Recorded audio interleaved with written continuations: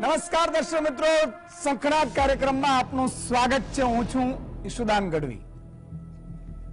રાજ્યમાં સાગર રક્ષક દળ એટલે કે એસઆરડી, ગ્રામ રક્ષક દળ, જીઆરડી, હોમગાર્ડ અને ટ્રાફિક બ્રિગેડ એટલે કે ટીઆરબી જવાનો ગમે ત્યારે 24 કલાક ખડે પગે ફરજ બજાવતા હોય છે। ગુજરાતમાં તો આવા અનેક જવાનો તૈનાત હોય છે જે ખડે પગે પોતાની ફરજ બજાવતા હોય છે, તહેવાર કે પોતાના પરિવારનું પણ ધ્યાન રાખતા નથી। કમનસીબી એ છે કે આવા જવાનોને ગુજરાત ચલાવી શકાય તેવો પગાર પણ મળતો નથી। જે પગાર મળે છે તે પણ સમયસર નથી મળતો, તેઓનો પગાર વધારવામાં આવતો નથી। આ જવાનોને પટ્ટાવાળા કરતા પણ ઓછો પગાર મળતો હોવાની વ્યાપક ફરિયાદ છે। હોમગાર્ડ, જીઆરડી, ટીઆરબી ના જવાનોને માસિક 9,000 થી માંડીને 13,500 સુધીનો વેતન અંદાજે મળે છે। હોમગાર્ડના જવાનને દૈનિક 450 રૂપિયા, જીઆરડીના જવાનને પ્રતિદિન 300 રૂપિયા મળે છે। અને આ એસઆરડીના 16 જિલ્લામાં 4,000 જેટલા જવાનો કાર્યરત છે। જીઆરડી, જેનું ગુજરાતીમાં ફૂલ ફોર્મ ગ્રામ રક્ષક દળ થાય છે, આ ગુજરાત પોલીસનો એક વિભાગ છે। જીઆરડી એ ગ્રામ્ય ક્ષેત્રે ફરજ બજાવવાની હોય છે। જીઆરડી જવાનને પણ 250 ની આસપાસ વેતન મળે છે રોજનું। મોંઘવારી આસમાને છે અને એમાં પણ સમયસર પગાર ચૂકવાતો નથી। 2 થી 3 મહિના એકવાર પગાર થાય છે। અનેક વખત સામાજિક કાર્યકરો, કર્મચારીઓના સંગઠનો દ્વારા મુખ્યમંત્રી, ગૃહમંત્રી રજૂઆત થઈ। આટલા નજીવા પગારમાં તેઓ અડીખમ ઉભા હોય છે, છતાં પણ એક રજા કે તહેવાર કે ઋતુની પરવા કર્યા વગર પોતાની ફરજ બજાવતા હોય છે, છતાં પણ તેઓ આ કાર્ય કરે છે। તેઓને કામગીરીની મજાક જેવો પગાર ચૂકવવામાં આવે છે। હર હંમેશ ખંભાથી ખંભે મેળવી અને પોતાની સેવા કરતા ટીઆરબી જવાનો માટે પગાર વધારો થાય તેવી માંગ થતી હોય છે। ટ્રાફિક પોલીસની મહત્વની કામગીરી ટીઆરબી જવાનો કરે છે। અમદાવાદ, વડોદરા, સુરત, રાજકોટ જેવા મોટા શહેરોમાં કોઈ પણ ટ્રાફિક સિગ્નલ ઉપર જાઓ તો ટ્રાફિક પોલીસ એની સાથે ટ્રાફિક ટીઆરબી જવાન જોવા મળશે। માર્ચ એપ્રિલ મહિનાની ગરમી હોય કે પછી શિયાળાની ઠંડી હોય, ધોધમાર વરસાદ હોય કે દરેક પરિસ્થિતિમાં ટ્રાફિક પોલીસની જે કામગીરી છે તે ટીઆરબી જવાન પોતાની ફરજ નિભાવતા સાથે સાથે હોય છે। પણ કમનસીબી છે કે આમને પગાર નથી મળતો। મિત્રો, હું વારંવાર એવું કહું છું કે જેને જરૂર છે એને મળતો નથી અને જેને નથી એને મબલખ મળી રહ્યો છે। તમને એવું થશે કે સુદાનભાઈ આવું કઈ રીતે?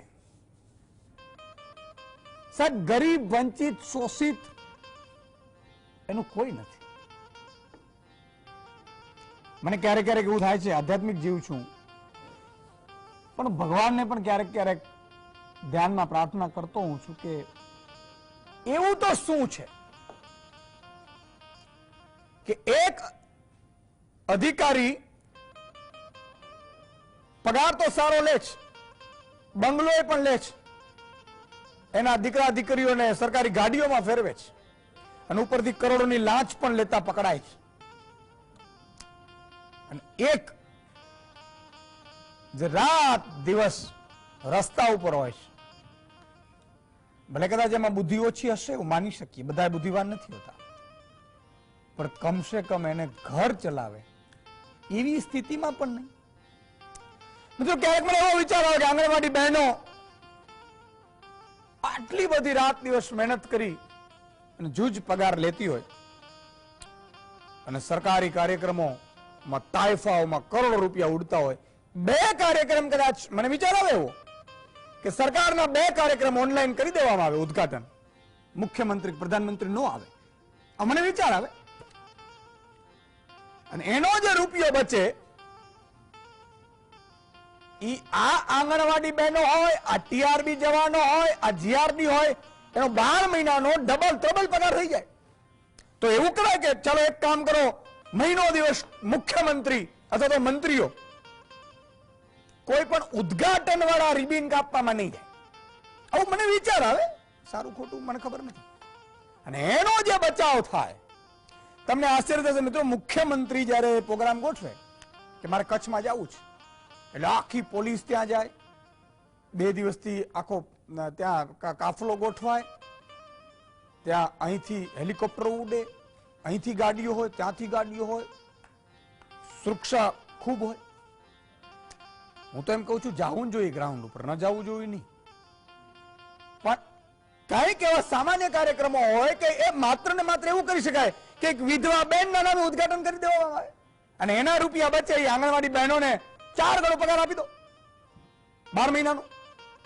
થઈ શકે. આમ તમે કહો છો પગાર રૂપિયા નથી, બીજી બાજુ એટલા ધુમાડાઓ થાય છે, સમજાતો નથી. કૃષ્ણદાસ માણેકની રચના વારંવાર કહેવાનું મન થાય કે મને એ જ નથી સમજાતું કે સાને આવું થાય છે, ફૂલડા ડૂબી દેતા અને પથરા તરી જાય. મિત્રો, શાસક છે ને, શાસક એ હોશિયાર હોવું જરૂરી છે, સાથે એટલો ને એટલો ઈમાનદાર હોવો ખૂબ જરૂરી છે. હોશિયાર હોય અને બુચુસિયો નીકળે તો આખું રાજ્ય લૂંટી જાય. 5 વર્ષ થાય તો આપણે ખબર પડે કે જમીનો બધી ઉદ્યોગપતિ ને વહી ગઈ, ગૌચરો બધા આમાં વયા ગયા, એવું થાય, આપણે ખબર નથી. બુચુસિયો જો ચડી જાય, સાહેબ ગામમાં એકાદ બુચુસિયો સરપંચ જાય છે ને કોઈ ગામમાં તો 25 50 એકર ક્યાં ને ક્યાં ખવાઈ જાય છે, ખબર નથી પડતી.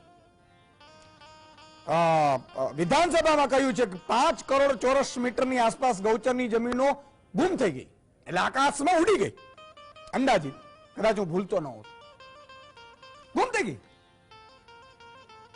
અને એના માટે કોઈ કાયદો નથી બનતો. ગરીબ ક્યાંક ઝૂંપડી બનાવી લે સાહેબ, એને પ્લોટ તો આપતા નથી આપણે, અને આપતા હોય તો ક્યાંક સેટિંગમાં જો થતું હોય થાય, બાકી પૂરું થઈ ગયું. પણ કદાચ ક્યાંક એવી જગ્યા ન હોય અને પોતાના ઘર માટે નાનકડું એક મકાન બનાવે, એટલે ગેરકાયદેસર આવે બુલડોઝર આમ કરતો. બુલડોઝર જે લઈને જાય છે, હુકમ કરનાર અધિકારી, એનો મંત્રી અને મુખ્યમંત્રી આમ પાણીની અંજલી લઈને એવું કહી શકે ખરા કે મેં મારી જિંદગીમાં એક પણ ખોટું કામ કે ભ્રષ્ટાચાર નથી કર્યો. આમ કરીને કામ કરી બતાવો તો તમને અધિકાર છે, એને પાડી દો. ચાલો, તમે ગામોના ગામ ખાઈ જાઓ, તમે ઉદ્યોગપતિઓના દલાલ બની જાઓ, અને એક ગરીબો અહીંયા બુલડોઝર ફેરવી અને તમે જે એને આસિયાનો પણ છીનવી લ્યો.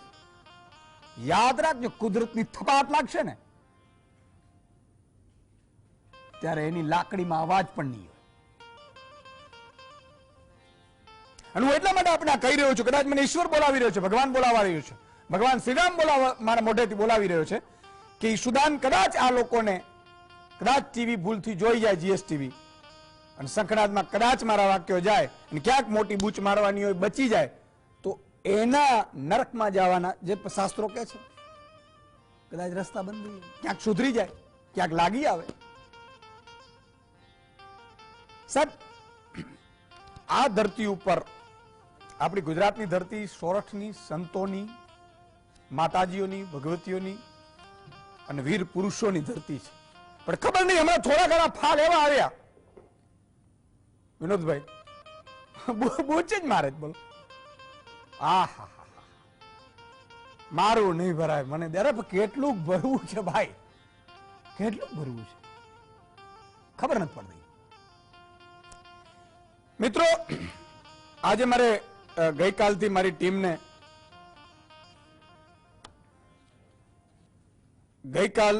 ટીમને બહુ બધા મેસેજો આવ્યા, ટીઆરબી જવાન જીઆરડી ઉપર ઈશુદાનભાઈ શંખનાદ કરો, એટલે મારી ટીમે કીધું કે આજે આ કરવા જેવું છે કાર્યક્રમ, અને આજે કરીએ છીએ. પણ એ પહેલા એક સવાલ લઈ લે, હું પાછું ભૂલી જાઉં. જો આ તમારે મને યાદ અપાવડાવવાનો કે ભાઈ આ સવાલ છે.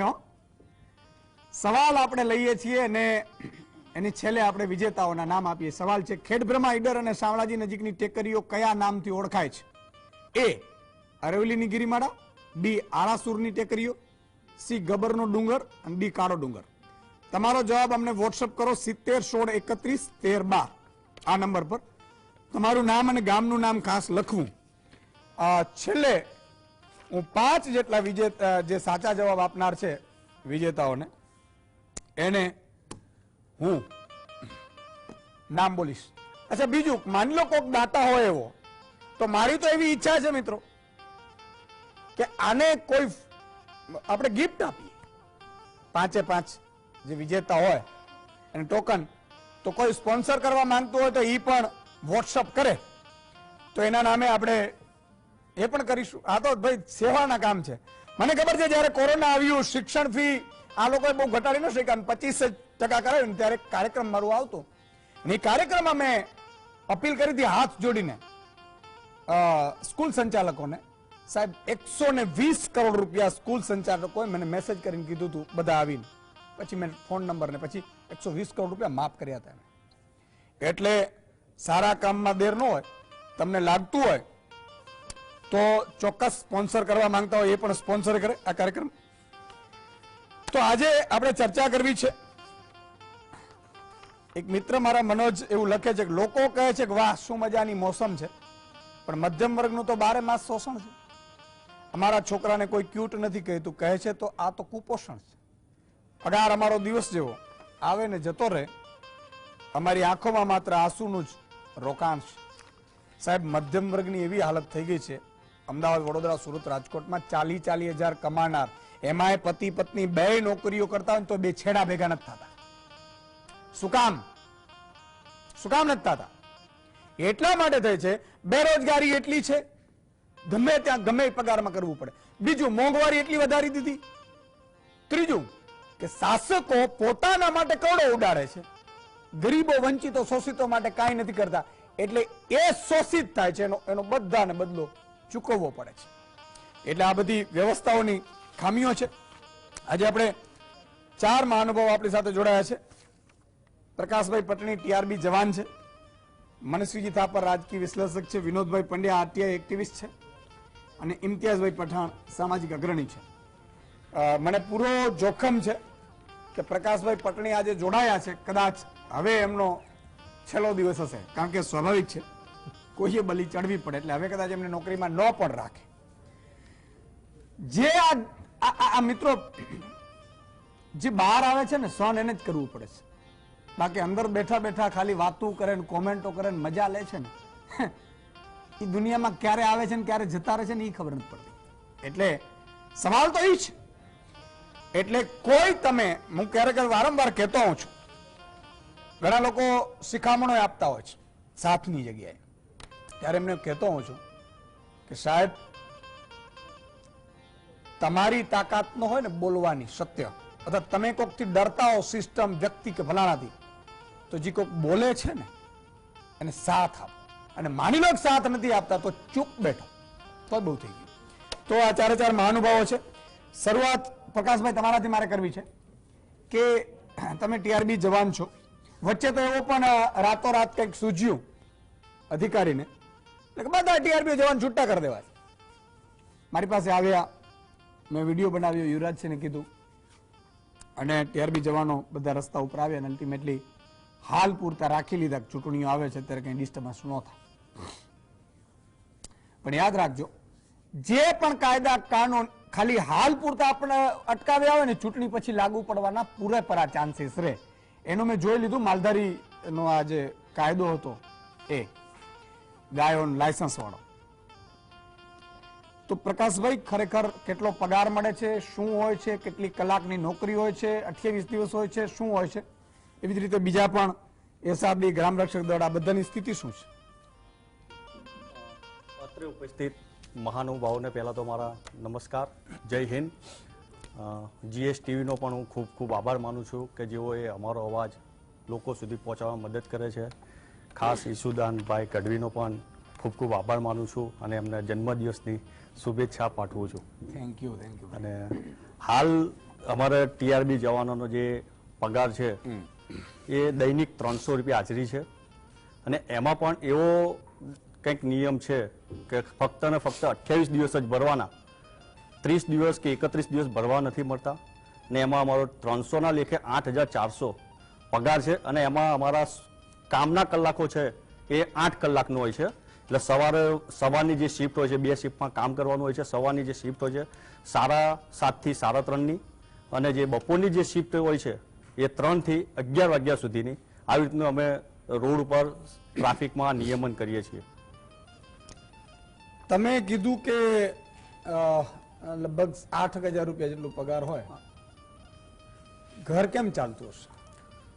સાહેબ હવે ઘર ચાલુ એટલે હું કહી નથી શકતો, અને ખરેખર 8,400 ઘર ચાલતું જ નથી, હું એમ કહું છું. કારણ કે અમારો પગાર આવે છે ને સાહેબ, તો એ અડધો તો છે ને EMI માં જતો રહે છે, હપ્તામાં જતો રહે છે. કારણ કે 8,400 કેવી રીતે મેનેજ કરવું ને એ કોક જેનો પગાર હશે ને, આ TRB જવાનોને જ ખબર હશે સાહેબ. અને ખરેખર આટલી મોટી ઘણી મોંઘવારી છે ને, એમાં તો અમે પછી એવું મેનેજ કરીએ છીએ કે ચલો ભાઈ 8 કલાક અહીંયા નોકરી કરીએ તો 8 કલાક બીજી ક્યાંક બીજે નોકરી કરીએ. એટલે 16 કલાક નોકરી કરીએ સાહેબ. એમાં કોઈક રિક્ષા ચલાવે, કોઈક શાકભાજી વેચે છે, કોઈક કારખાનાઓમાં ધૂળ ખાય છે. ના આવી રીતે સાહેબ અમે અમારા પરિવારનું ગુજરાન ચલાવીએ છીએ. એમાં પણ સાહેબ કદાચ અનિસંજોગો કોઈ મેડિકલ ઇમરજન્સી આવી જાય છે ને, ત્યારે ખરેખર એ વેદના કહેવા જેવી નથી રહેતી. અને કેવી રીતે પોતાના બાળકોને આવા મેડિકલ ઇમરજન્સીમાં પોતાના પરિવારને કેવી રીતે કાઢવું ને, એ સાહેબ બહુ અઘરો સમય બની જાય છે. અને એ કાઢવા માટે ક્યાંક અમે પછી વ્યાજથી કાં તો બેંક લોનો કે એવું કંઈક લઈને પછી એ સમયને કાઢીએ.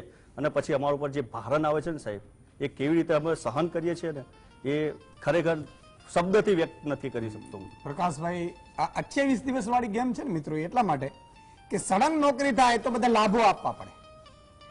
એક IAS અધિકારી એકવાર પાસ થઈ ગયો, IAS ના પરીક્ષા પેપર નહીં ફૂટે. ના ફૂટે એ સારી વાત છે, જોજો.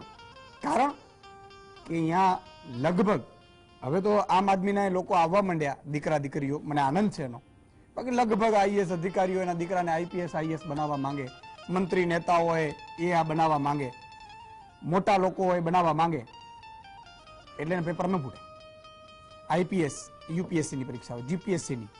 હવે સાંભળજો, એ બની ગયા પછી એને ગાડી, બંગલો, રહેવાની, અને માની લો કોઈ બુચસીઓ નીકળે, બધા ખરાબ નથી હોતા. કોઈક દેવી શક્તિ હોય છે, કોઈ આસુરી શક્તિ હોય છે. હું વારંવાર કહું છું કે હસમુખ પટેલ જેવા પણ IPS અધિકારીઓ છે કે જેમણે એક નયો રૂપિયો પણ કદાચ મને સાંભળે છે ત્યાં સુધી નહીં લીધો હશે. એટલા ઈમાનદાર વ્યક્તિઓ હોય ને, એને સહન પણ કરવું પડે. અને એ વિપસ્યના બધા સાધકો હોય ને, હું વિપસ્યના પણ કરું છું મિત્રો, ધ્યાન કરું છું. તમે આ ધ્યાન બ્યાન કરો ને, એટલે એમાં તમને આવું બધું પછી એ ન રહીએ હું ભરી લઉં મારા ઘર.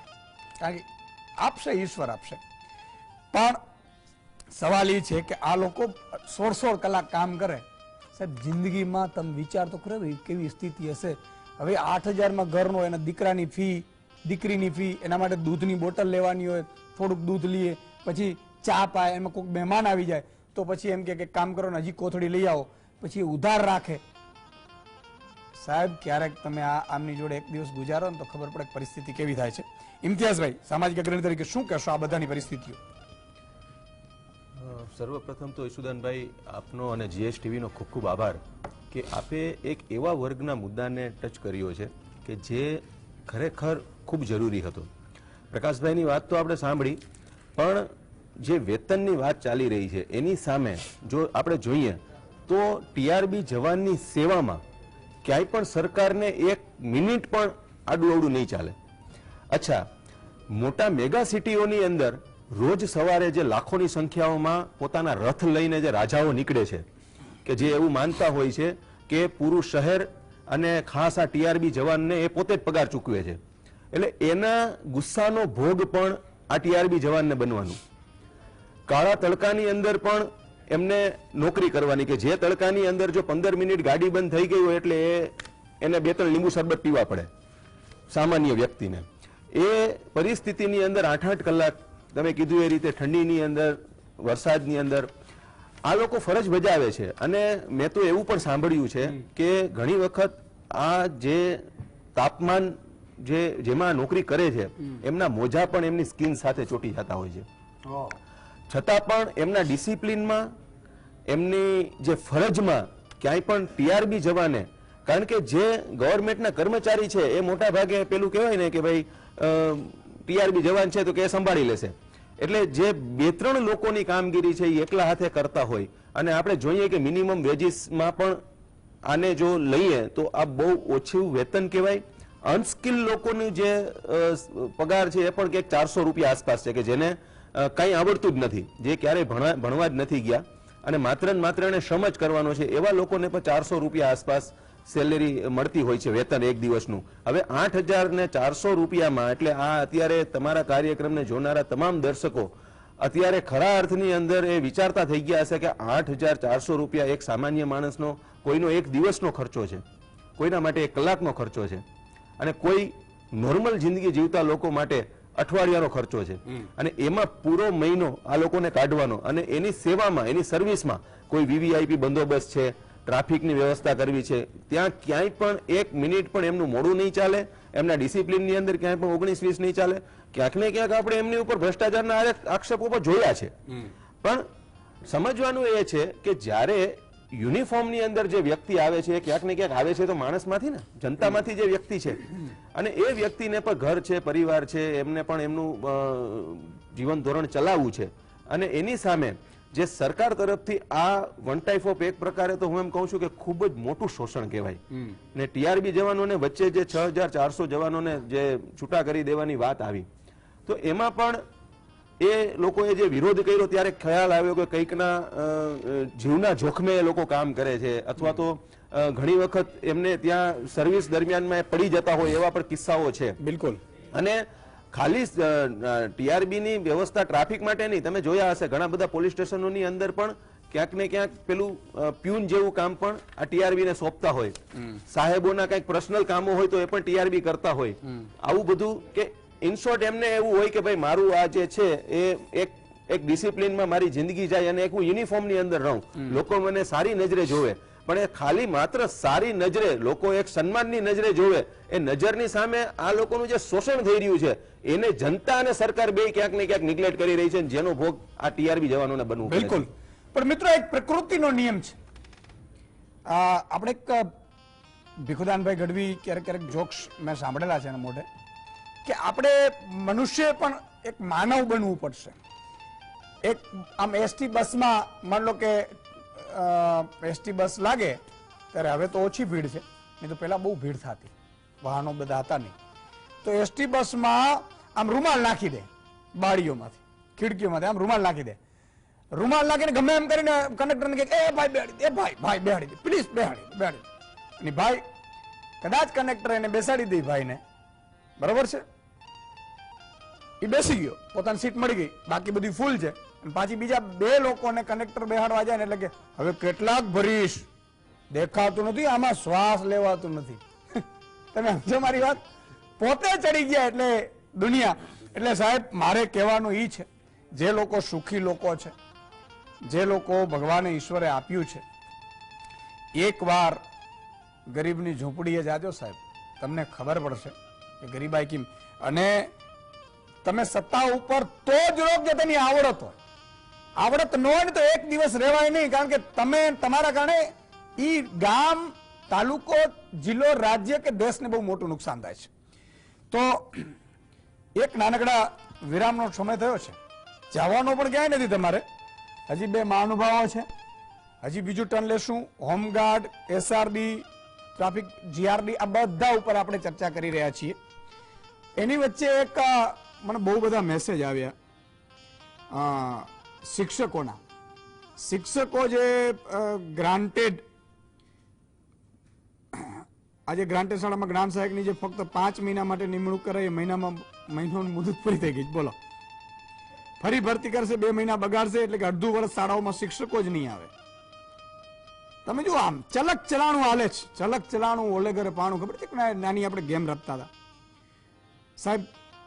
એ શિક્ષકોને પણ જે 30% ફિક્સ પે વાળાના વધારો કર્યો ને, એ શિક્ષકોનો કાલથી મને મેસેજો આવે છે, ઈસુદાનભાઈ પગાર વધારો કરતા નથી. મારે વિનંતી છે જે તે વિભાગને કે તમે, એવું જરૂરી નથી, જો એવું હોય ને, પૈસા માની લો સરકાર પાસે ખૂટી ગયા, માની લો તમારી પાસે સરકાર પાસે અત્યારે સરકાર નથી, તો આઈએસ આઈપીએસ મંત્રી, મુખ્યમંત્રી અને ધારાસભ્ય એના પગાર રોકી દો. 2 મહિના એમને તમે કાઢી લઈ શકશો, તમારે કાઢી શકશો, કારણ કે તમારે બધી વ્યવસ્થા છે, તમારી પાસે બધી વ્યવસ્થા છે. તો એમ કહું છું, રૂપિયાનો આઈએસ આઈપીએસ બંધ કરતો ને હમણાં, 2 મહિના પગાર રોકી દો તમારા. અને કોઈ આઈએએસ આઈપીએસ કે મંત્રી કે મુખ્યમંત્રી 2 મહિના તમારો પગાર નહીં મળે ને તો વાંધો નહીં આવે, પણ આ લોકોના પગાર કેમ અટકાવો છો મને એ ખબર નથી પડતી. પોતે લઈ લેવાનો 1લી તારીખે બધી ફેસિલિટી, અને જે આ ગરીબ હોય, વંચિત હોય, શોષિત હોય, મજબૂરી, કારણ કે એના તો એવો કોન્ટેક્ટ હોય ને, એનો બાપ મુખ્યમંત્રી હોય નહીં સાહેબ. ફરીથી આપનું સ્વાગત છે. વિનોદભાઈ પંડ્યા પણ આપણી સાથે છે. વિનોદભાઈ, ટીઆરબી જવાન, એસઆરડી, ગ્રામ રક્ષક દળ, જીઆરડી, હોમગાર્ડ, આ બધાની સ્થિતિ બહુ ખરાબ છે, શું કહેશો? ઈશુદાનભાઈ, આ મુદ્દા પર આજે આપે લીધું એ ખરેખર બહુ જરૂરી અને સાચો મુદ્દો છે. કદાચ તમને નવાઈ લાગે કે આજથી 15-20 વર્ષ આગળ જતા રહો, કોઈ દિવસ વિચાર્યું હતું કે આ પ્રકારની કોઈની નોકરી હશે? ત્યારે મને યાદ છે કે હું જ્યારે સ્ટુડન્ટ આંદોલનમાં હતો ત્યારે 1995 આસપાસ 2-2.5 લોકો ભેગા થઈએ ને તો ધારીએ પરિણામ મેળવતા હતા. એમ? હા. અત્યારે સેન્ટ્રલાઇઝ જે આખી રિક્રુટમેન્ટ થાય છે સેકન્ડરી હાયર સેકન્ડરી, એ 1,500-2,000 લોકોએ આંદોલન કર્યું એનું પરિણામ છે, જેનાથી આખા ગુજરાતના સેન્ટ્રલાઇઝ મેળવે છે. પણ હવે 1995માં ફિક્સ પે નું શરૂઆત થઈ 97-98 આસપાસ. 5 વર્ષ સુધી ફિક્સ પે માં રાખ્યા, લોકોએ કેસ કર્યો, કેસ સુપ્રીમ સુધી જીત્યા, આજ સુધી કોઈને મળ્યું નથી. સરકારે માર્ક કર્યું કે આ લોકોને 5 વર્ષ આ રીતે રાખ્યા ફિક્સ પે માં, બધી જગ્યાએ ઓર્ડરો થયા, તો પણ આજે પણ એ નોકરી કરે છે. કેમ કે એને 5 વર્ષ રાખવાથી એ ગુલામ બની જાય છે, એની બોલવાની હિંમત જતી રહે છે. તો એ વખતે એક શરૂઆતની સરકારી નોકરી એવી ફિક્સ પગારની શરૂ કરી, જે 2000 થી શરૂ કરી, પછી 2500 થી કરી, 3000 થી. ધીમે ધીમે એમાં સહાયક અને પ્રવાસીનું શરૂ કર્યું. યુવાનો જે અત્યારે આ જવાનો લાખો એટલે હજારો હશે આવા બધા સિક્યુરિટી, આજે અત્યારની હાલત છે ટીઆરબી, એના કરતા સિક્યુરિટી ગાર્ડમાં લાખો લોકો 12 કલાક 7-7 હજારમાં કામ કરે છે. એવા હજારો લોકો કેમ એવું કામ કરવું પડે છે કે 15-20 વર્ષ પહેલા જેને ફિક્સ પગાર આપતા હતા એ વખતે બાકીના ચૂપ રહ્યા, જ્યારે સહાયકની નોકરી આપી એ વખતે બાકીના ચૂપ રહ્યા, જ્યારે કોન્ટ્રાક્ટરની નોકરી આપી, કોન્ટ્રાક્ટર રાખે એમ રહેવાનું, એ વખતે લોકો ચૂપ રહ્યા. તો જવાની નકામી છે, કારણ કે જવાનીમાં જે આંદોલન હોવા જોઈએ, જવાનીમાં જે પોતાના હક માટે લડવાની હિંમત હોવી જોઈએ, એ હિંમત મરી પરવારી. છેલ્લા 15-20 વર્ષથી સત્તાએ એની પર જુદા જુદા એક્સપેરિમેન્ટ કરી જોયા કે ફિક્સ પે પગાર આપીએ તો કશું નથી બોલતા, સહાયક તરીકે રાખીએ તો કશું નથી બોલતા, 12 કલાકની નોકરી કરીએ તો નથી બોલતા, દિવસમાં 14 કલાક કોર્પોરેટ ઓફિસોમાં કામ કરે છે તો નથી બોલતા. તો લોકોની આ પ્રકારની જે ગુલામી અવસ્થા જોઈ અને 5-5 વર્ષ કે 10-10 વર્ષ આ રીતે એમની લટકતી નોકરીઓ, અત્યારે હાઈકોર્ટમાં અનેક કેસ આવે છે કે જેને રેમ રાય રાખ્યા હોય, વર્ષો સુધી હંગામી રાખ્યા હોય, અને એવા હજારો લોકોને કોઈ ન્યાય નથી મળ્યો. તો આ પ્રકારની એક સિસ્ટમ ડેવલપ થઈ. એ સિસ્ટમ ડેવલપ થવામાં સત્તા જવાબદાર છે, એના કરતા ગુજરાતના લોકો, ગુજરાતના યુવાઓ, ગુજરાતના લડાકુ જવાબદાર છે કે જેમણે રાઈટ ટાઈમ કામ નથી કર્યું. હું એક નવો બીએડ થયો તો મારા મનમાં એક વિચાર આવ્યો હતો કે બીએડ સારા મેરિટ થી થયા પછી એનું એમાં લાંચ કેમ આપવાની, એ વખતે લાંચ લેવાતી. એ લાંચ બંધ કરવા માટે મેં 7 વર્ષ મહેનત કરી, જેનાથી આખી સેન્ટ્રલાઇઝ રિક્રુટમેન્ટ આવી. તો આજે જે લોકોની પર અન્યાય થતો હોય, એ ભણેલા હોય, યુવાન હોય, ટીઆરબી હોય કે ગમે તે હોય, એ દરેકે એક થવું પડશે અને એમની એકતા બતાવવી પડશે. સત્તાને ડર લાગશે. વિનોદભાઈ, આ લોકો બિચારા કેસ કરે, હવે 2-3 કેસ કરે, પછી એ લોકોને નોકરીઓમાં પ્રોબ્લેમ થાય, વિદેશ જવામાં પ્રોબ્લેમ થાય. એકદમ સાચી વસ્તુ છે કે કેસ કરવા માટે અત્યારે લોકો એટલા ગુલામ બન્યા છે. મારી પાસે અનેક આવે છે કે એમની પાસે જાણે કેસ કરીને કોર્ટ સિવાય કોઈ વિકલ્પ જ નથી. પોતાની જે ખુમારી છે મરી પરવારી છે. એમને બીજું હજાર યુવાઓ ઉભા થઈને સામે જાય તો કોઈની તાકાત નથી કે એમને હક ના આપે. પણ એમ નહીં, તમે માની લો સામે ન જઈ શકે. મને ખાલી એ સમજાવો, અહીંયા પોલિટિકલ ચર્ચા નથી, પણ આપણે સમજવાની કોશિશ કરી છે. માની લો કે 20,000 લોકોને પ્રોબ્લેમ થયું, કે માની લો કે 1 લાખ લોકોને, માની લો હું ખાલી પેપર ફૂટ્યું, હાલો 10 લાખ લોકોએ પરીક્ષા આપી, 12 લાખ એલઆરડી ની, અને પેપર ફૂટ્યું. 12 લાખ પેપર ફૂટ્યું એટલે એના મમ્મી પપ્પાને ખબર પડી ગઈ કે દીકરા તું પરીક્ષા આપીને આવ્યો એટલે પેપર ફૂટ્યું જ. પણ તમે કહેજો કે જો આ સારું હશે ને, માની લો ફિક્સ પે લાયા એટલે વધારે સીટ આવી, કોન્ટ્રાક્ટ એનાથી કોન્ટ્રાક્ટ પ્રવાસી આવ્યા એટલે માની લો કે અત્યારે 156 સીટ આવી ગઈ, તો સારું થતું જાય છે ને. માની લો તમે એમ કહો છો કે એને પ્રોબ્લેમ હોય લોકોને, તો પછી 156 શું કામ આપે? એની થોડીક વાર હમણાં આપે કરી, કે જુદી જુદી જગ્યાએ સત્તાનું માર્કેટિંગ, જે પૈસા બચે છે સરકારમાં પ્રોપર જગ્યાઓ ભરતા નથી અને એ પૈસાનો ઉપયોગ સત્તા પોતાના માર્કેટિંગ માટે કરે છે, લોકોને ગુમરાહ કરવા માટે કરે છે. તો એ સત્તાનું માર્કેટિંગ એટલું મજબૂત બને છે, એના કારણે સીટ વધે છે અને લોકોની હાલાકી વધતી જાય છે. લોકોની હાલાકી એટલા માટે વધે છે કે એ લોકો પોતાની જાતને લાચાર માની બેઠા છે, એમની પાસે કોઈ રસ્તો જ નથી. એનો અર્થ એ થયો, વચ્ચે રોકો, એનો અર્થ એ થયો, માન લો કે આજે 18-20 હજાર લોકો તો એવા હોય ને કે જે સમજી શકે ગુજરાતને. 18,000 ગામડા છે, એક વ્યક્તિ એક ગામમાં પોતે રોજ 5 જાગૃત કરે નાગરિકોને કે ભાઈ આ વસ્તુ ખોટી થઈ રહી છે, બરોબર છે. માન લો એવું હોય તો મેં તો એવા જોયા છે, માન લો તમે છે અત્યારે તમને ફિક્સ પે માં નાખ્યા છે, તમે આંદોલન કરો છો, તમારા મમ્મી પપ્પા છે એ પાર્ટીનો પ્રચાર કરે, એવું મેં જોયું. પણ આ પ્રકારની એક ગેરસમજ જે પૈસાની તાકાત અને માર્કેટિંગ થી ઉભી કરવામાં આવી છે, માર્કેટિંગ પ્રચાર એવો કરવામાં આવ્યો છે, લોકોને જાતિ ધર્મ વેચી દેવામાં આવ્યા છે. મને મારો ધર્મ વાલો લાગે છે. અચ્છા, બાજુમાં મુસ્લિમ છે, હિન્દુ છે, હું શીખ છું, બધા ધર્મોમાં પડી ગયા છે. ધર્મ એ છે કે બીજાને અન્યાય થતો હોય, બીજાનું શોષણ થતું હોય, એની સામે સંઘર્ષ કરે, એ સાચો ધર્મ છે. એની જગ્યાએ અત્યારે જાત કોમ એના પર ધર્મ ચાલે છે અને એ પ્રકારે લોકો ગુમરાહ થયા છે, એના કારણે સત્તા ચાલે છે. મનસ્વીજી, એને થઈ શું રહ્યું મને એટલે સમજાતું નથી. આ તો કહું છું કે માન લો કે ડ્રાઈવરોએ આંદોલન કર્યું, આ પેલા ખેડૂતોએ આંદોલન કર્યું, ચૂંટણી આવી, ખેડૂતોએ ભરપૂર એક પક્ષને મત આપ્યા, કારણ કે ભાઈ કાયદા લાવ્યા, ભલે કાયદા પછી અટકાવી દીધા, હાલો માન લો ફરીથી એ કાયદા આવી શકે. પછી માની લો કે જે કર્મચારીઓ જૂની પેન્શન યોજનાને લઈને આંદોલન કરતા હતા, એમના મમ્મી પપ્પા પાછા એ જ પાર્ટીના પ્રચાર કરતા, એવું પણ બની શકે. અત્યારે લાખો લોકોના પેપર લીક થાય છે બિચારા, તો એની ફિક્સ પે લાવ્યા. ગુજરાતથી શરૂઆત થઈ છે ફિક્સ પે, આઉટસોર્સિંગ, 7.5 લાખ કર્મચારી આઉટસોર્સિંગ છે.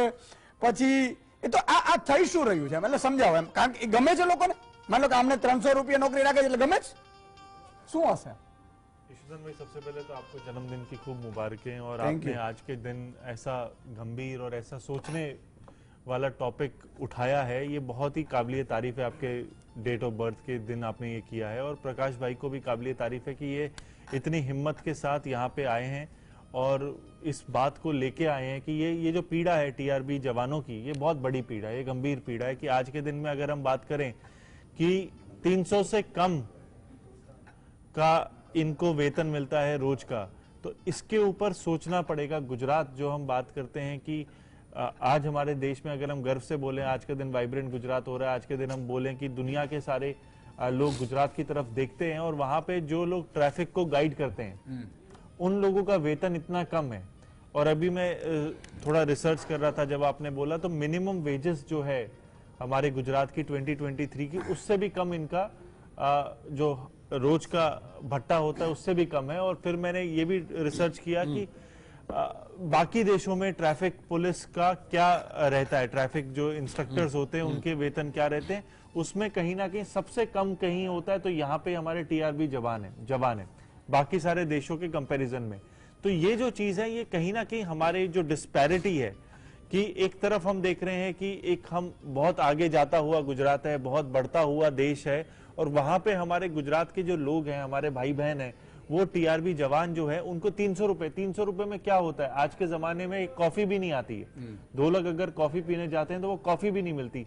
तो इन लोगों को अगर अपना घर चलाना है, मेडिकल एक्सपेंस होता है, अगर इनको बच्चों को स्कूल पे भेजना है, तो इनका वो कहीं पे भी मैच नहीं होता. 300 रुपए में 9,000 के आसपास का इनका कुछ वेतन बनता है महीने का. वो 9,000 में आप बताइए कि कोई भी व्यक्ति अपना घर चला सकता है? तो अगर हम अपने वोटर्स को, अगर हम अपने देशवासियों को एक बेसिक मिनिमम सैलरी भी नहीं दे पा रहे और बेसिक मिनिमम नेसेसिटीज भी नहीं दे पा रहे, तो कहीं ना कहीं हमारा जो स्ट्रक्चर है या मॉडल है वो कहीं ना कहीं मैच नहीं हो रहा. एक तरफ तो हम बोल रहे हैं कि दुनिया के सबसे अमीर आदमी गुजरात से हो रहे हैं और दूसरी तरफ हम बोल रहे हैं कि 300 रुपए का भी आदमी गुजरात में हो रहा है. तो यहाँ पे कुछ मैच नहीं हो रहा.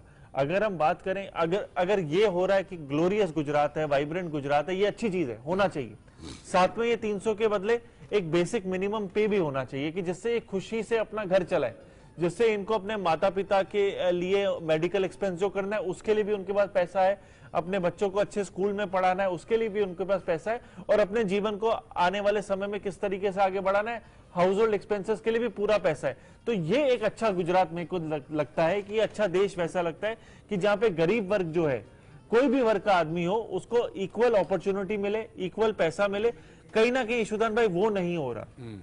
आज जो प्रकाश भाई आज हमारे सामने बैठे हैं, ये बहुत हिम्मत की बात है, क्रांतिकारी बात है कि अब मेरे हिसाब से तो जैसे आपने शुरुआत की कि आज शायद इनका ये आखिरी दिन भी हो सकता है इनकी नौकरी का, पर ये आने वाले जो टीआरबी जवान हैं उनके लिए ये कुर्बानी शायद अपनी नौकरी की दे रहे हैं और आगे बढ़ने की कोशिश कर रहे हैं कि उनको शायद एक अच्छा मौका मिले। पर ये सल्यूट की बात है इनको भी, आपको भी, आपके चैनल को भी कि ये ऐसा मुद्दा उठाया। ये मुद्दे की इसलिए जरूरत है कि देश के लोगों को, गुजरात के लोगों को पता चले हमको पॉलिसी में क्या चेंज करना है, सरकार को क्या चेंज करना है, वो तो वो करेंगे, आपके माध्यम से वो सब चीजें होंगी, पर ये सवाल उठाना, ये सवाल के ऊपर विचार विमर्श करना, ये सबसे बड़ी पहल है जो आपने की है। इसके लिए अब मेरे को ये उम्मीद है आज के बाद ये इंफॉर्मेशन जब सरकार को मिलेगी, सरकार इसके ऊपर जरूर एक कमेटी बनाए, कमेटी बना के इसके ऊपर एक डिस्कशन करे, और ऐसे जो नौजवान है जो अपना घर वर छोड़ के 12-12 घंटे हमको सेवा देते हैं, गुजरात के लोगों को, हमको कि हमारा ट्रैफिक ईज हो, इनके ऊपर सोचा जाए और इनको एक अच्छी जिंदगी के लिए एक अच्छा वेतन जरूर मिलना चाहिए। ये एक आपके माध्यम के थ्रू ये एक रिक्वेस्ट जरूर हमको करनी चाहिए और सरकार को इसको इंप्लीमेंट करना चाहिए, क्योंकि जब भी कोई वीआईपी मूवमेंट होता है ईशुदान भाई, सबसे पहले ये लोग खड़े होते हैं कि सबको हमको रोकते हैं कि वीआईपी पास ऑन हो जाए, और आज उस वीआईपी की जिम्मेदारी बनती है कि इनका घर सही तरह चले, उसके ऊपर वो कुछ करें। बिल्कुल। ફરી એક ટર્ન લઈ લઉં।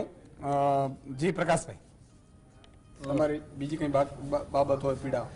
સાહેબ, પગારની બાબતમાં જોવા જઈએ ને તો 5/5/2009 રોજ એક ઠરાવ કરવામાં આવેલો હતો આપણા સુધીર સિન્હા સાહેબ જે હતા એમના દ્વારા, અને એમાં કોલમ નંબર 4માં એવો ઉલ્લેખ હતો કે હોમગાર્ડ સમકક્ષ પગાર હોવો જોઈએ, કાં તો એનાથી વધુ હોવો જોઈએ એમ ટીઆરબી જવાનોનો। અને આની પહેલા હોમગાર્ડ જવાનોનો જે પગાર વધ્યો છે, લગભગ આજથી એક 7-8 મહિના થઈ ગયા છે, એમનો પગાર વધી ગયો છે, પણ હાલ સુધી અમારો પગાર નથી વધ્યો। પ્લસ બીજું એક જે આ જવાન છે જો ટ્રાફિક નિયમન દરમિયાન કે આકસ્મિક રીતે મૃત્યુ પામે છે, તેમને ઇન્સ્યોરન્સ માટે પણ ઇન્સ્યોરન્સ માટેનો પણ આકસ્મિક માર્ગ સુરક્ષા નિધિમાંથી જે ફંડ આપવામાં આવતો હોય છે એ પણ કદાચ આપવામાં નથી આવતો। પછી યુનિફોર્મની બી ચર્ચા કરીએ તો યુનિફોર્મ પણ માર્ગ સુરક્ષા નિધિમાંથી આપવામાં આવે છે, એ હજુ સુધી અમને આપવામાં આવતો નથી। પ્લસ આઈ કાર્ડ, અમારી ઓળખાણ શું, આજે જીઆરડીના જવાનોને આઈ કાર્ડ આપવામાં આવે છે, હોમગાર્ડના જવાનોને આઈ કાર્ડ આપવામાં આવે છે, સરકારના રાજ્ય સેવકને તમામને આઈ કાર્ડ આપવામાં આવે છે એની ઓળખાણ માટે। તો આજે અમારા ટીઆરબી જવાનોને કેમ કોઈ ઓળખાણ નહીં, કેમ એની કોઈ આઈડેન્ટિફાઈ કરવામાં નથી આવતું? અને આની પહેલા પણ અમે પગાર ધોરણ માટે અલગ અલગ જિલ્લાના અમે જે ધારાસભ્ય છે, જે સરકારમાં છે, એવા ધારાસભ્યોને પણ અમે રજૂઆત કરી, અને એવા ધારાસભ્યો દ્વારા જે તે વખતે 2020માં વિજયભાઈ રૂપાણી સાહેબ જે હતા મુખ્યમંત્રી, એમને પણ અલગ અલગ રીતે રજૂઆત કરવામાં આવી હતી કે અમારા પગારમાં વધારો થાય અને અમે અમારું જીવન ધોરણ સારું ઉચ્ચ સ્તર લઈ શકીએ। અને સાહેબ, એક પ્રશ્ન મને એવો થાય છે કે માનદ સેવા એટલે શું એમ? તો માનદ સેવા મારી દ્રષ્ટિથી હું જોવા જાઉં તો માનદ સેવા કોણ કરી શકે? કે જે કેપેબલ છે, જેને પોતાનું બધી રીતનું વેલસેટ કરી નાખ્યું છે, એ વ્યક્તિ માનદ સેવા કરી શકે। પણ આજે 18 થી 35 વર્ષ 30 વર્ષનો યુવાન માનદ સેવા કરે અને પછી જો એને કાઢી મૂકવામાં આવે તો એને કોની સેવા મળશે? એ એક પ્રશ્ન છે સાહેબ। એને સરકાર કેવી રીતે સેવા આપી શકે છે? પ્લસ સાહેબે વાત કરી એવી રીતે લઘુત્તમ વેતનનો જે ધારો છે 473 ની આજુબાજુનો છે, એ પણ કદાચ નથી મળી રહ્યો। પછી એક વસ્તુ મને એ નથી સમજાતું કે કોઈ પણ કંપની હોય, કોઈ પણ ફેક્ટરીઝ હોય કે કોઈ પણ સરકારી કંપની કે સરકારી કર્મચારી હોય છે, એમને અનુભવનો પણ પગાર આપવામાં આવે છે, વર્ષે વર્ષે ઇન્ક્રીમેન્ટ આપવામાં આવે છે। તો આજે અમારો જે ટીઆરબી જવાન છે 8-8 વર્ષ 10-10 વર્ષ એક જ જગ્યાએ ટીઆરબીમાં ટ્રાફિક નિયમન કરે છે, તો એમને શું ઇન્ક્રીમેન્ટ આપવામાં આવે છે સાહેબ? એ ઇન્ક્રીમેન્ટ આપવામાં નથી આવતું।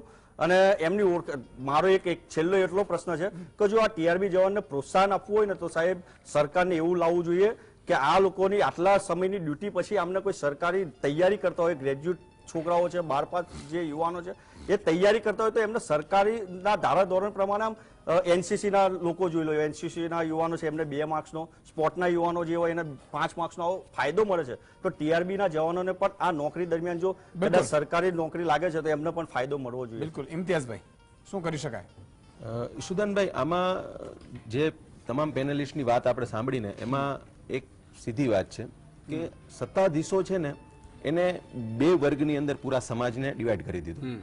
એકની અંદર એવું છે કે બહુ મોટી આભા ઊભી કરવામાં આવી, વાઇબ્રન્ટ ગુજરાત ને ગતિશીલ ગુજરાત ને અનેક એવા શબ્દો કે જે આપણા વડીલોએ તો ક્યારે સાંભળ્યા પણ નહીં હતા. એવા અલગ અલગ પ્રકારના જેને આકર્ષિત કહી શકાય એવા શબ્દોથી રૂડું રડિયામણું ગુજરાત બનાવ્યું. અને સાથે સાથે એક ગુજરાત એ પણ છે કે જ્યારે છેવાડાના અમુક વિસ્તારો એવા છે કે જ્યાં આજની તારીખે શિક્ષકો પણ નથી. ઘણી જગ્યાઓ એવી છે કે જ્યાં મિનિમમ વેજીસ મળતા નથી. આ ટીઆરબી જવાનોની જે વાત છે, જીઆરડી જવાનોની વાત છે, ગ્રામ રક્ષક દળથી લઈ અને જે તે કંઈ પણ એવા જે નીચેની લાઈનની જે આખી જે બોડી છે, જે આખો એ વર્ગ છે, એનું સંપૂર્ણપણે શોષણ. આજે 300 રૂપિયા પણ વેતન મળે અને મિનિમમ વેજીસ પણ જો એને ન મળે તો એ બહુ એમ કહેવાય ને કે બહુ શરમજનક ગુજરાતના સત્તાધીશો માટે વાત કહેવાય. બીજી એક વાત જે છે, વિનોદભાઈ જે વાત કરી કે આજથી 10, 12, 15 વર્ષ પહેલા આંદોલનનો દોર હતો કે કોઈ પણ વિષય હોય તો એની અંદર યુવાનો છે, વડીલો છે, એ જે કઈ એને લાગતા ઓળખતા લોકો એ વિષય ઉપર આંદોલન કરતા, એની રજૂઆત કરતા. અને લોકશાહીની અંદર કોઈ પણ પોતાની વાતને રજૂ કરવાનો અધિકાર છે. ત્યારે અત્યારે આ જાડી ચામડીના શાસકોએ આંદોલન નામ જ ખતમ કરી નાખ્યું છે. મોટા ભાગે તમને છેલ્લા 10 વર્ષની અંદર ક્યાંય એવા આંદોલનો લગભગ કે જેને લાંબા ચાલ્યા હોય કે જેની અંદર લોકશાહી ઢબે રજૂઆતો થઈ હોય. અને આ તો ઠીક છે કે હજુ એક આપણી પાસે એક રસ્તો છે કોર્ટનો, કે એમાં ક્યાંક ને ક્યાંક વાત લોકોની થોડી જાજી સંભળાય છે અને લોકો એની અંદર પેલું કરે છે, એની રજૂઆતો કરે છે અને એનું જજમેન્ટો આવે છે અને એના પક્ષમાં આવે છે એમ. તો ક્યાંક બાકી તો અત્યારે જે યુવકો છે એ પોતાનો છેડેથી છેડો ભેગો કરવામાં જ ઊંચા નથી આવતા. આજે 300 રૂપિયા જેને વેતન મળે છે એ કઈ બીજી બાબતની અંદર પડશે? અને આ કઈ ટીઆરબી જીવાનો માટે જ નથી. આ ઓવરઓલ જો જુઓ તમે તો સરવાળે મોંઘવારી અને જે જીવન ધોરણ લોકોનું ઊંચું આવતું જાય છે, એની સામે જે આવકનો દર હતો ઈશુદાનભાઈ, ક્યાંક ને ક્યાંક યાને યાદ છે. બિલકુલ મિત્રો, આ વસ્તુ ઈ છે, મને જે પીડા થાય છે કદાચ મારી પીડા ખોટી પણ હોઈ શકે છે, ઘણાને ગમે ઘણાને ન ગમે. મેં કીધું ને કે જે બસમાં બેસી ગયો એને હવે એમ થાય કે હવે બીજો આવશે એ ગીડદી કરશે, એટલે એને કદાચ આપણે કહીએ કે ભાઈ બસમાં બેન લઈ લે તો એને નહીં ગમે. પણ નીચે હતો ત્યારે એને એવું જ હતું કોક મને કે લઈ લે, બરોબર છે, 2 પ્રકારના. પણ તારી પાસે નથી પ્રધાન, તને કોણ સમજાવે હામડા? વાત ઈ છે. આજે મિત્રો આજે દાવા સાથે કહું છું કે તમામ નેતાઓની સંપત્તિ જાહેર કરવાની હોય છે. જ્યારે ચૂંટણીનો ફોર્મ ભરે ને ત્યારે એની સંપત્તિ જાહેર કરવાની હોય છે. આમ તમે પાણીની અંજળી આપીને એમ કહેશો ને કે તમે સંપત્તિ જાહેર કરી છે એ સાચી છે? મારી વાત સમજાય છે? મારું કહેવાનું એ છે કે તમે કાનૂન પાલન નથી કરતા, તમે કાયદો પાલન નથી કરતા અને તમારી પાસે અઢળક સંપત્તિઓ છે સાહેબ, અઢળક સંપત્તિઓ છે, છતાંય તમે બધી ફેસિલિટીઓ લો છો. મને તો ઘણા એવું કહે છે કે એક અધિકારીઓ જે સરકારી બાબુઓ જે મોટા ઉચ્ચ અધિકારીઓ છે જે કેટલાક કરપ્શન કરે છે એની પાસે અઢળક સંપત્તિઓ છે. ખબર નહીં, કદાચ મને એવું લાગે છે કે ઉપર લઈ જવાના હશે મૃત્યુ પછી, બધી ભેગી કરીને એટલી ભેગી કરી લીધી. ઘણા તો વિદેશમાં કરી લીધી છે કે આપણે કે અલા ભાઈ લઈશું જવાનું. વિનોદભાઈ, તમારી પાસે ફરીથી આવું છું. જો તમે આ બધી વાતો કરો છો, બરોબર છે, મારે એટલા માટે કહેવું પડે છે કે આ બધી વાતો છે. તમે એમ કહો છો ભાઈ 2000 લોકો થયા પાછું ખેંચાવી લીધું ને આન તેન. ભાઈ કોઈ પણ સરકાર કે નેતા મતદાનથી ડરે કે આવું કરીશ લોકોમાં રોષ થશે અને મને મત નહીં આપે તો જ કામ કરે, બાકી સાહેબ કોઈ કામ કરવા નથી. તો હું એમ કહું છું કે માની લો કે આંદોલન નથી કરતા પણ મતદાન તો કરવા જાય છે. અને માની લો જેટલી સ્કીમો લાવ્યા, માની લો કે ભાઈ ફિક્સ પે લાવ્યા, કોણ લાવ્યું? તો ફલાણા ભાઈ લાવ્યા, ફલાણી સરકાર લાવી. એક કામ કરો, ફિક્સ પે લાવ્યા ને બહુ જ સારું થયું, હાલો અને વધારે બીજી વાર મોકો આપો. તો કે ભાઈ કોન્ટ્રાક્ટ બેઝ લાવ્યા, અરે કોન્ટ્રાક્ટ બેઝ લાવ્યા, બહુ સારું થયું, બહુ સારું થયું, ફરીથી વધારે મોકો આપો. પછી કે આઉટસોર્સિંગ લાવી દીધું. હવે તો હવે પ્રવાસી, હવે તો હવે જીઆરડી, બરાબર, તો વધારે સીટો આપતા જાઓ. તો આવું તો થાય છે. માની લો કે આંદોલન ન કરે, જો રોષ હોય તો મતદાનના દિવસે ન દેખાય, કારણ કે તમારી ભૂલ લાગે છે. યશુદાનભાઈ, આપની વાત એકદમ સાચી છે, અને આપની વાત સાચી છે એટલા માટે જ તમે ને હું આ ડિસ્કશન કરવા બેઠા છીએ, આ ડિબેટ કરવા બેઠા છીએ. કારણ કે લોકો ગુમરાહ થાય છે. ગુમરાહ થતા લોકોને અટકાવવા માટે અનેક લોકો પ્રયત્નો કરે છે. એમાંનો એક નાનો પ્રયત્ન છે, મેં જે પણ કહ્યું એ પણ એક નાનો પ્રયત્ન છે કે ફિક્સ પે હતો ત્યારે ના બોલ્યા, એના કારણે કોન્ટ્રાક્ટ બેઝ આવ્યો, એના કારણે ટીઆરબી આવ્યા, એના કારણે જીઆરડી આવ્યા. તો આવા લાખો લોકોની જરૂરિયાત તો સરકારને છે.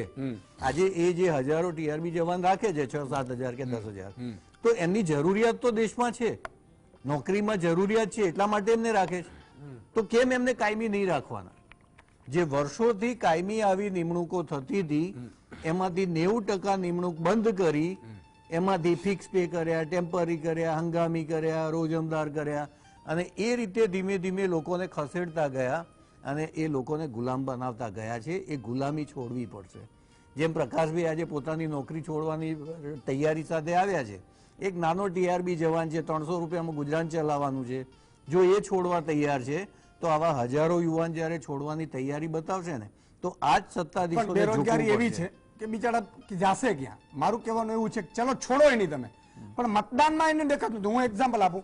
માન લો કે ગુજરાતની 2022ની ચૂંટણી થઈ, ઈ પેલા પેપર લીક થતા હતા, 20-20 લાખ 50-50 લાખ લોકો થાય આમ પરિવાર સાથે કરીએ તો, બરોબર છે.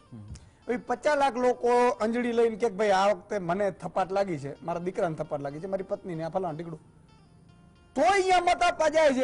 એનો જો કંઈક તો છે ને એમાં છે ભાઈ કળા, એ લોકોમાં બહુ હોશિયાર ગમે એ હોય. હું પાર્ટીમાં નથી પડતો, કારણ કે હું અહીંયા પોલિટિકલ વ્યક્તિ તરીકે નથી બેઠો, હું અહીંયા બહાર છું પોલિટિકલ વ્યક્તિ. પણ અહીંયા મારે ગુજરાતના ભાઈઓની વાત કરવી છે. તો એક પાર્ટીને 41 લાખ મળે છે, બીજી પાર્ટીને 82 ની સમથિંગ મળે છે, અને એક પાર્ટીને 1,68 લાખ મળે છે.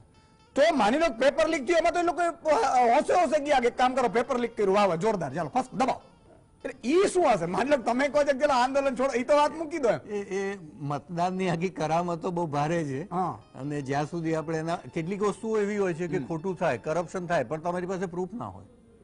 તો મતદાનની કળાઓ જે થાય છે એનું પ્રૂફ નથી મારી પાસે, એટલે હું એને એ રીતે ના કહી શકું. નહીં, પ્રજા વિચારી નથી આપતી. હકીકતમાં કહું ને તો અનેક પ્રજા આપણે જાણીએ છીએ કે એમણે મત નથી આપ્યો. અનેક લોકોના મત પડી જાય છે, જાતે પડી જાય છે. મારા અનેક સાથીઓ એવા છે કે મેં જિંદગીમાં મત નથી આપ્યો, તો મારો દર વખતે કે ભાજપમાં મત પડી જાય. મારી એવા માણસો છે. અચ્છા, હા, એ કળાઓ છે બધી. મને યાદ આવી ગયું, સાઉથ નું એક પિક્ચર છે મનસ્વીજી, ઉસ પિક્ચર में ये है મિત્રો, આ પિક્ચર બહુ જોવા જેવું છે, નામ હું ભૂલી ગયો, હમણાં મેં જોયું મારા ઘરે. એ પિક્ચર છે ને, એ એક કંપનીનો સીઈઓ હોય છે મોટો, મનસ્વીજી. અને એ સીઈઓ એટલો ખતરનાક હોય છે, જે દેશમાં જાય ને એની વિરોધી કંપનીઓને એ પતાવી દે, એટલો બ્રેન માઇન્ડેડ વ્યક્તિ છે. સાંભળજો, હવે એ વ્યક્તિ ઇન્ડિયા આવે છે, ભારતમાં આવવાની ખબર પડી, એટલે એની જે વિરોધી કંપનીઓ છે ને, એ સીઈઓ આવે છે કે ભાઈ આ સીઈઓ આવે છે, આપણી કંપનીઓને ખતમ કરી દેશે. મિટિંગો કરવા માંડ્યા કે શું વિચારશે, શું કરશે. એરપોર્ટ ઉપર ઉતરે છે, એનો ઇન્ટરવ્યુ લે છે, એટલે એને કીધું હું મતદાન કરવા આવ્યો છું અને 4 કલાક ઇન્ડિયામાં રહેવાનો છું. કેટલા? માત્ર 4 કલાક, પછી વહી જવાનું. એટલે કંપનીએ આનંદ કર્યો, ઠીક છે, આ તો મતદાન કરવા આવ્યો છે. એ સીઈઓ આટલું બધું વિદેશથી કરોડ રૂપિયાનો ખર્ચો કરીને, કમાન્ડો આ તે તો બહુ મોટું હતું, એ મતદાન કરવા જાય છે. મતદાન કરવા જાય છે ને તો એ જોયે છે મતદાન એનું પડી ગયું હોય, એટલે બોગસ.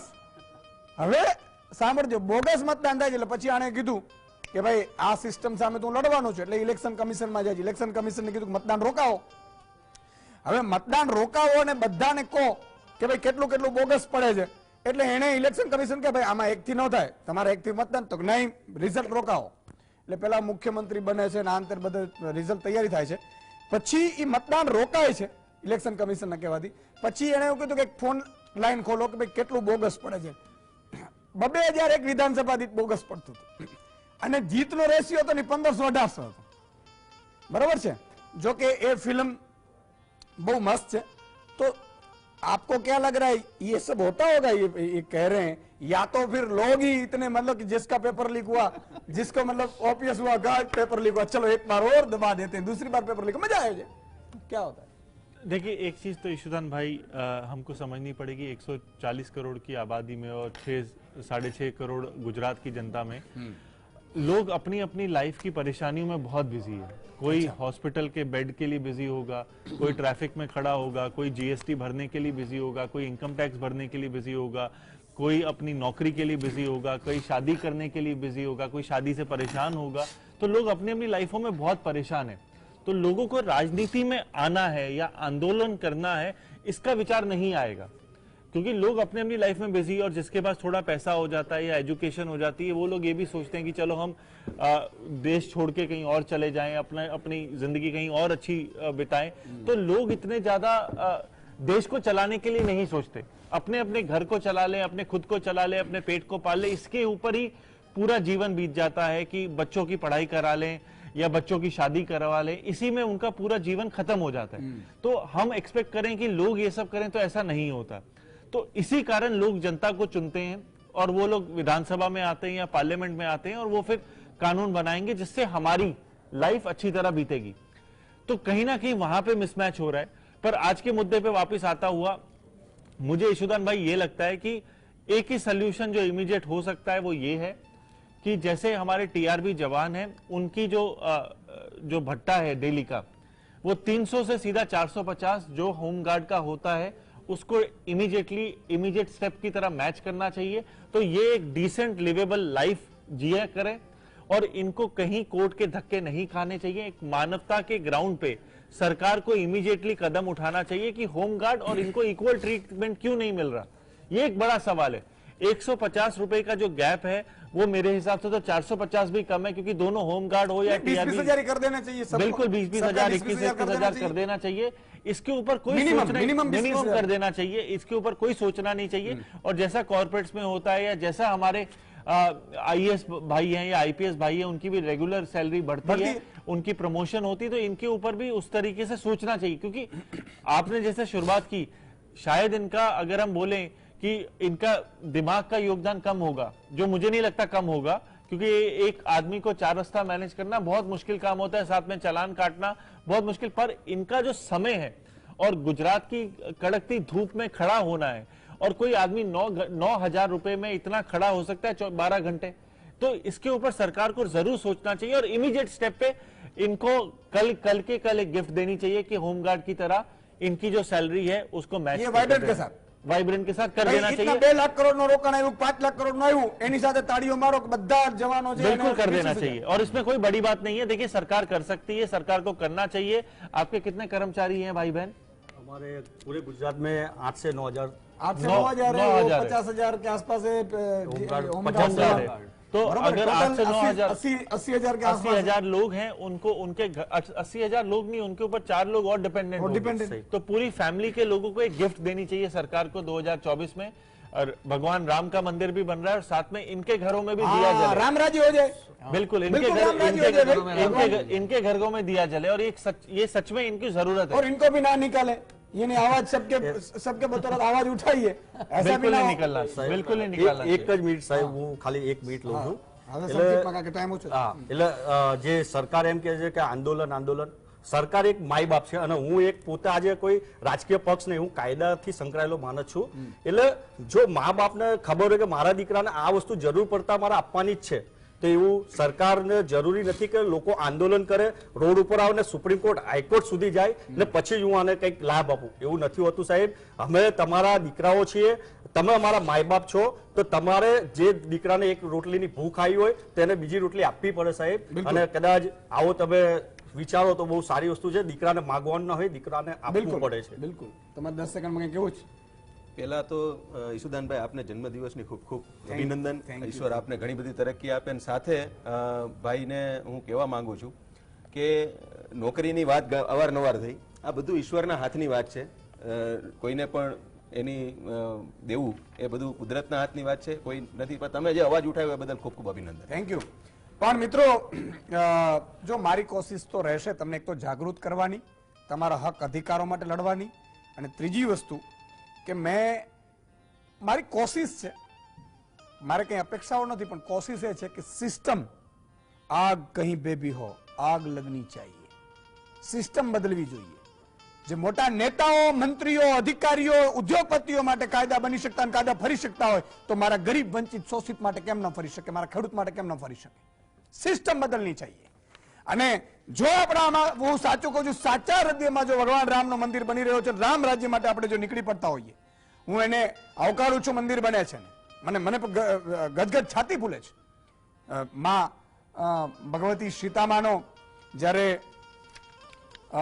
સીતામાને જ્યારે રાવણ લઈ જતા હશે ને ભગવાન રામ જ્યારે એ લડતા હશે અને પછી અયોધ્યામાં આજે વર્ષો બાદ બની રહ્યું છે, સાહેબ એની સાથે રામ ભગવાને જે કહ્યું છે ને એ પણ કરવું ને. એટલા માટે આપણે આવતા શુક્રવારે ભગવાન શ્રીરામ ઉપર શંખનાદ કરીશું, મારા નાથ ઉપર, અખિલ બ્રહ્માંડના કંપનીના માલિક ઉપર. અને એક વસ્તુ કે જો આ વાઇબ્રન્ટ ગુજરાત આવતો ને 25-25 લાખ કરોડ ના આવે, આ લોકોને 25,000 કરોડમાં તો મને લાગે છે કે 10-10, 15-15 વર્ષ નીકળી જાય. अगर एक મજા કરો. 150 रुपए बढ़ाएंगे तो सिर्फ 13,50,000 महीने का खर्चा होगा 9,000 लोगों અરે को. બસ તો યાર, તો મજા કરો. હું એમ કહું છું 20,000 કરી દો બધાના, એકવાર ગિફ્ટ આપી દો, તમારા દીકરા દીકરીઓને આશીર્વાદ મળશે, જે નેતા અધિકારીઓ હશે ને, અને બધાના, હોમગાર્ડ છે, SRD છે, બરાબર છે, TRB છે, બધાના. અને બીજું કે આમના માટે મેડિકલ ફ્રી કરી દો, આમના માટે એના બાળકોના શિક્ષણ ફ્રી કરી દો, કારણ કે એમાંથી બચશે તો એ પણ વધી જશે. અને આપણી ફરજ બને છે સારું આરોગ્ય, શિક્ષણ ફ્રી આપવું અને હોસ્પિટલ આપવી, એ આપણી ફરજ બને છે. હવે આપણે જવાબ લઈ લઈએ. ખેડબ્રહ્મા ઈડર અને શામળાજી નજીકની ટેકરીઓ કયા નામથી ઓળખાય છે? જવાબ છે સાચો, બી આરાસુરની ટેકરીઓ. અને સાચા જવાબ આપનાર છે સામત, મુરુ, લગારિયા, નારણપુરા, દેવભૂમિ દ્વારકા, દિવ્યરાજ પનાડિયા ધંધુકા, રિંકેશ પટેલ બારડોલી, જ્યોતિબેન વડાર કુતિયાણા, દિવ્યેશ કંડોરિયા જુનાગઢ. મિત્રો મેં એવું કહ્યું હતું કે ભાઈ આમને કંઈક નાની નાની ગિફ્ટ જાય તો એના માટે સ્પોન્સર મળી જાય એવું કીધું હતું. તો એક કિરણભાઈ પટેલ અમદાવાદથી એવું કહ્યું છે કે ઈસુદાનભાઈ આવા સ્પોન્સરની જો જરૂરિયાત હશે તો હું આપીશ.